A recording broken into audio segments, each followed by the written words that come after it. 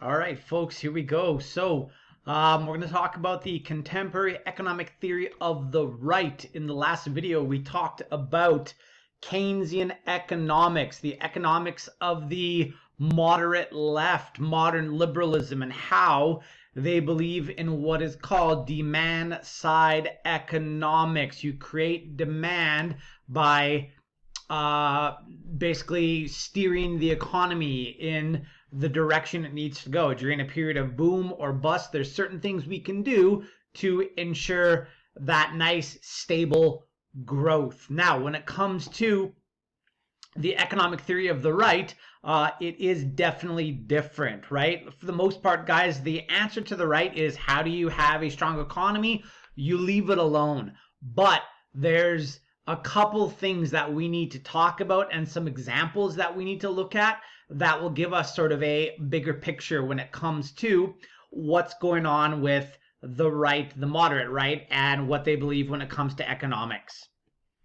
All right, so guys, the opposite of Keynesian economics is this idea called the Austrian School of Economics or the Chicago School of Economics. From the Austrian school, there are two really big names. One name is a man by the name of Friedrich Hayek, and the other name is a man by the name of Ludwig von Mises. Both are Austrian school proponents who have sort of risen to economic fame, I would say, for lack of a better term. Especially Hayek more contemporarily, though Mises is gaining traction as well. Now, the Chicago School, named that because it's an economic school in Chicago. Weird, right?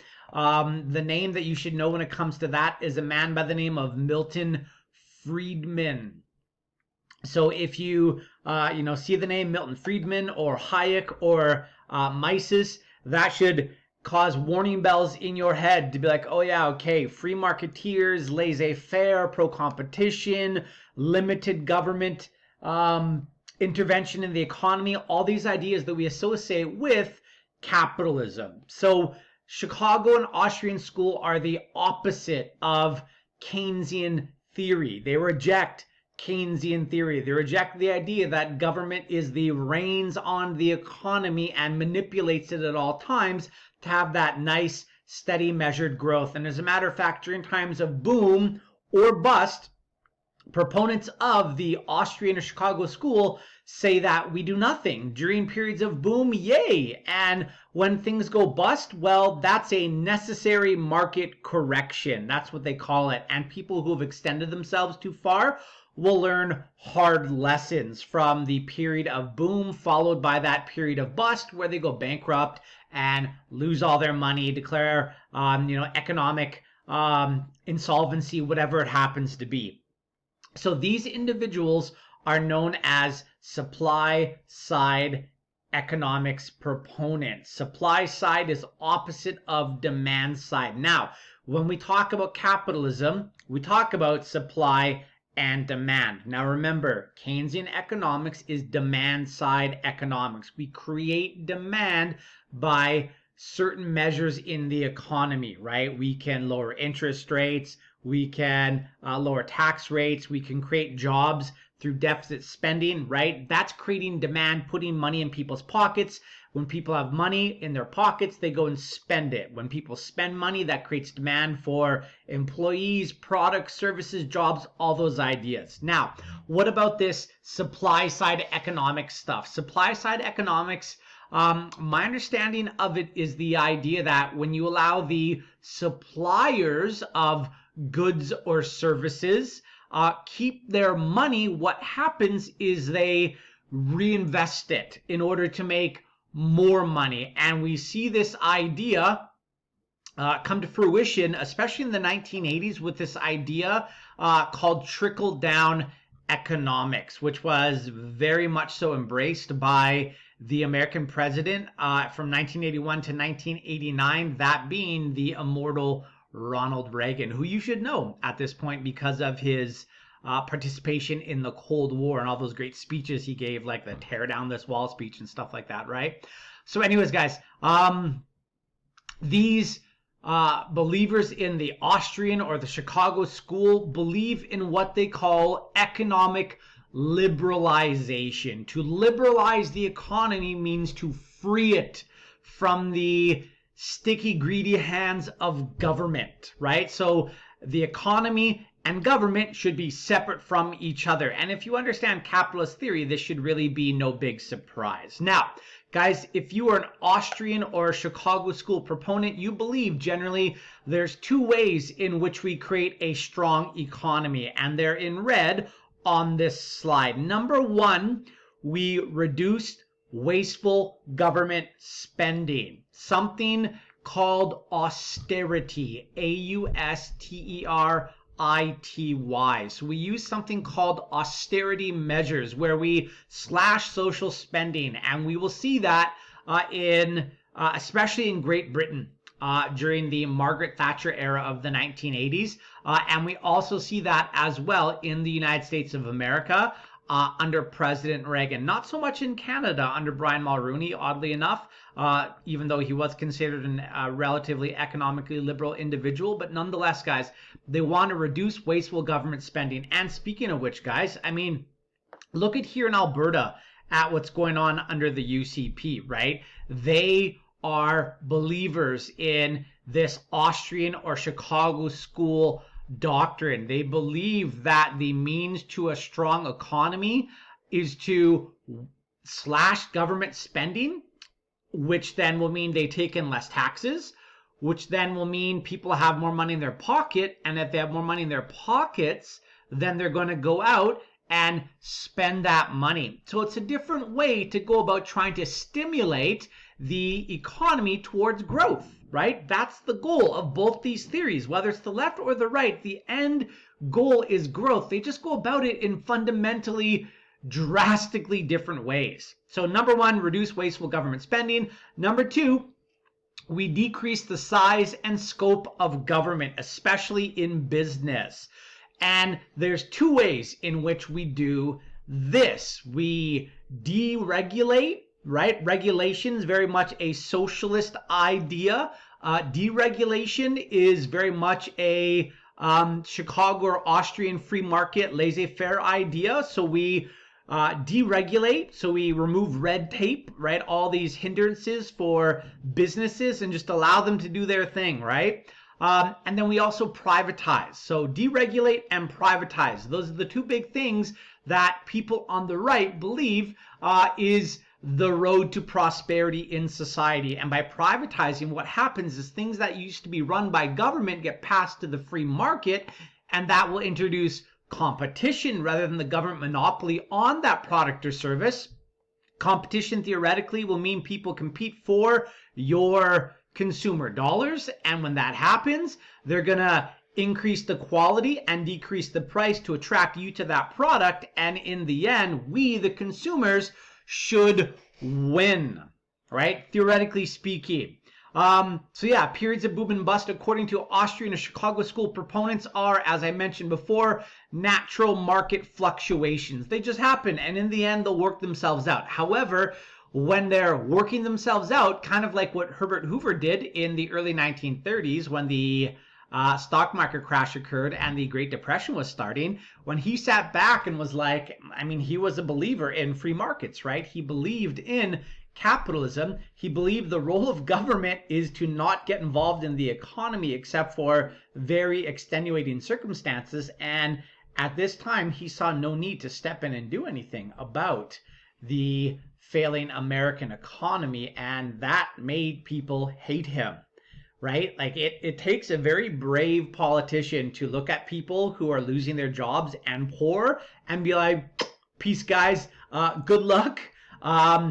Hope you don't mind wearing newspapers on your feet as shoes for a while. Hopefully, you can rely upon charity and things like that. So yeah, very unpopular as far as when times are bad. When times are great, people love the Austrian or Chicago school of economics because they're saying just don't touch the wealth that people are generating. Leave it alone, right? But when times are bad, it's also leave it alone, right? And that's the difficult side of the economics of the right.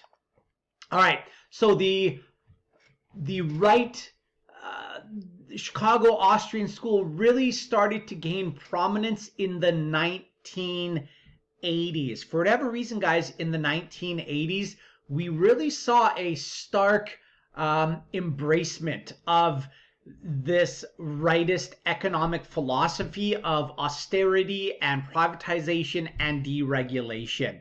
And we'll look at some case studies of that. So the Chicago Austrian school, as I mentioned before, we privatize, we deregulate, and these two terms we definitely want to make sure we know. This idea of trickle-down economic theory. I will talk about that in a sec once we get to that slide. Or again, supply side economics, which we have spoken about already, right? So privatize, deregulate, let the market be free, and that will lead to prosperity amongst all of the people because rich people will reinvest their money. That will create jobs, that will create demand, yay for everyone, except it doesn't really work. So, supply side economics in the 1980s, one case study of supply side trickle down economics that we should be aware of here in Social 30 is this economic period in America known as Reaganomics. Reaganomics is a portmanteau between Reagan and economics. The economics of Ronald Reagan was basically free markets, privatize, deregulate, and let the economy work itself out. And what we saw, guys, during the 1980s in America was that the level of economic inequality between the richest Americans up here and the poorest Americans down here got even bigger, right? The richest Americans in society had a great decade, or I guess 8 years, in which Reagan was in office from 1981 to 1989. However, the poorest Americans experienced wage stagnation. And we talked about this idea of stagnation before, right? If the richest Americans' wages went up like that, right? Like the Price is Right mountain climber game, what happened for the middle class and the poorest Americans is their wages remained stagnant. They didn't change. And actually, the poorest Americans saw their wages go down. So, guys, there's a video on this slide. It is also up above in this module if you haven't watched it yet. It is a summation of the disaster that was Reaganomics. Remember, guys, the goal of these economic theories is to increase prosperity for all people. Social prosperity is good for everybody, yet it didn't do that. Right? It didn't do that. So, guys, the very first slide, I'm just going to go back up to the front here. I called this Keynesian versus neoconservative economic policy, and to a lesser extent, one reason why Mitt Romney lost the 2012 presidential election. The reason why Mittens Romney lost the presidential election in 2012 against Barack Obama is because Obama believed in Keynesian economics. He actually used it during the subprime mortgage crisis, which we'll talk about in the next module or two, to save the American economy. And Mitt Romney believes in trickle-down economics. Despite the fact that it had been demonstrated to be a failure, he kept on keeping on with that conservative economic dogma of when you let the rich be rich, the good fortune trickles down to everyone. And that's the idea, guys, of trickle-down economics, right? When you let the rich be rich, the good fortune trickles down to everybody else. The rich buy things, they reinvest in business, and that creates jobs and all these different things, except for that's not what happened in the 1980s. So, 4 pillars of Reaganomics. And guys, look, this is what the right believes is the path to economic prosperity. So number 1, we reduce federal income and capital gains taxes, right? So we saw that, right? If you watch that Reagan video, you'll see that what he called for was an across-the-board tax reduction of 25% across the board, right? For all Americans. Which sounds awesome, right? That sounds great. Except when you do that, you gut the social services that government provides for people. So when government has less revenue, they can't provide those social safety net programs for the most needy in society. So what happens to the most needy in society? What happens to the social welfare net that exists to lift people up when they're down on the ground, down in the dumps? Well, that net gets giant holes in it and people fall through it, right? The idea behind reducing income and capital gains taxes is that, again, when you let the rich or when you leave more money in people's pockets, they're going to go out and spend it. And there's some truth to that, but it also created a situation where those who are the most needy didn't have the programs they needed in order to help them survive. The next pillar is to reduce federal spending, right? Privatize, deregulate, get government out of providing services, right? And we saw that. Reduce government regulation, deregulation, right? We saw that. And then to tighten the money supply to reduce inflation. And that gets to like monetary policy that we don't need to necessarily talk about. So yeah, we'll just move on. But with that, guys, just please understand, like the idea of trickle down economics, like it's a neat theory, but that's really all it is, right? It's a neat theory. Communism is a neat theory too, but it doesn't work, and neither did Reaganomics. Now, here's the unfortunate reality. In Great Britain, and I included some information about Margaret Thatcher above this video. She also, beginning in 1979 until 1991, went on a spree of privatization and deregulation of the British economy. And guess what happened? For most people, for the most vulnerable Brits from 79 to 91, we saw economic inequality rise dramatically. We saw union membership go down because she tried to gut unions and was quite successful in doing that. And we also saw the inequality in British society increase dramatically. The gap between the rich and the poor became greater. And guys, by the mid 1990s, right, and this was of course a little bit after she was out of office, the gap between the rich and the poor more than doubled compared to in 1979.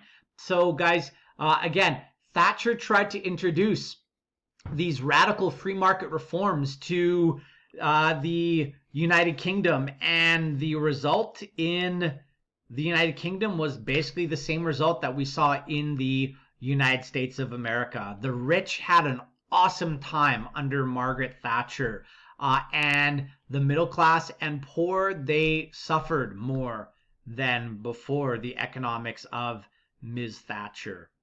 And her policies, guys, are sometimes referred to as Thatcherism, just so you're aware.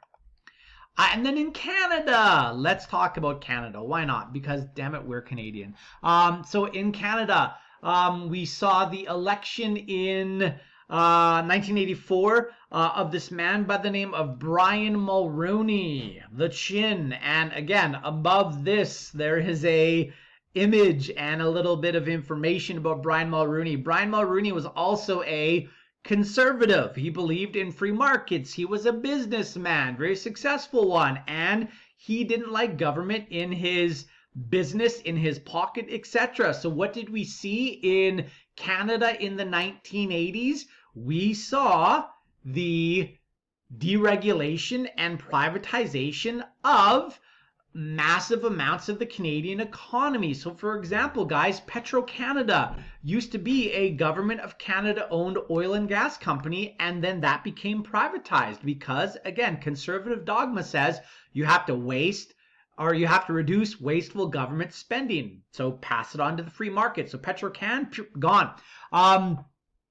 Also, guys, Air Canada used to be a federal government owned airline, and he privatized that as well. And I know this is going to sound shocking to you because I mean I've been on Air Canada flights, but Air Canada at one point was actually a good airline. It was actually good. When it was a government-owned airline, the service level, because that's what governments are concerned with, not profits, but service level, the service level of it was actually quite good. And now I try to avoid riding on Air Canada flights. Like I try to avoid the coronavirus. You know what I mean? Like I'd rather ride on a Air North Korea uh, flight rather than an Air Canada flight because you know it's going to be miserable. At least with the North Korean Airlines flights, you know what you're getting, right? Air Canada tries to masquerade like a pig with lipstick, but it's not pretty. So anyways, yeah. Guys, also here in Alberta and in the 1980s under a man by the name of Ralph Klein, we also saw this conservative. He was a conservative, just so you know. And what happened to the Alberta economy in the 1980s? They privatized and they deregulated. Here in Alberta, liquor stores used to be run by government. There used to be something known as the ALCB, the Alberta Liquor Control Board. And I remember vividly as a young man growing up in the utopia of Mill Woods, going to the only liquor store in South Edmonton at Millbourne Mall. So while you're trying to avoid being stabbed, you'd go into the liquor store and you get your booze and you go on your merry way. And then under Klein in the 1980s, they're like, meh, too much government control. What happened? They privatized liquor sales. And now, like, I could literally get into my truck and close my eyes and drive, go in a circle and then just head straight. And at some point, I'm going to hit a liquor store because there's just that many in the Sherwood Park or Edmonton area. And the whole premise here again, guys, is competition benefits the consumer, right? That's what they believe. We also, guys, in the 1980s saw the privatization of something known as AGT or Alberta Government Telephones. And at one point, AGT, right, the phone company owned by the province of Alberta, was actually really good. And then in the 1980s, it got privatized and bought up by a corporation called TELUS.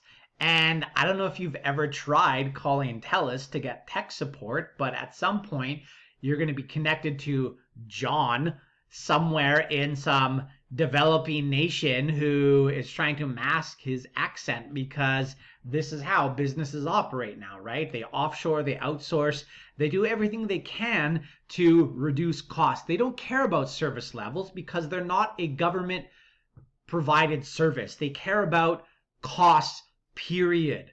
So yeah, guys, that's the right. That's what the right believes is the path to economic prosperity. Cut social spending, right? Slash it down, privatize, deregulate, and everybody wins. Except that's not what happens. So anyways, we'll talk about this in more detail coming up here in the next couple of modules. So I love you guys. Take it easy. Peace. Hope you learned something. And smash that like button.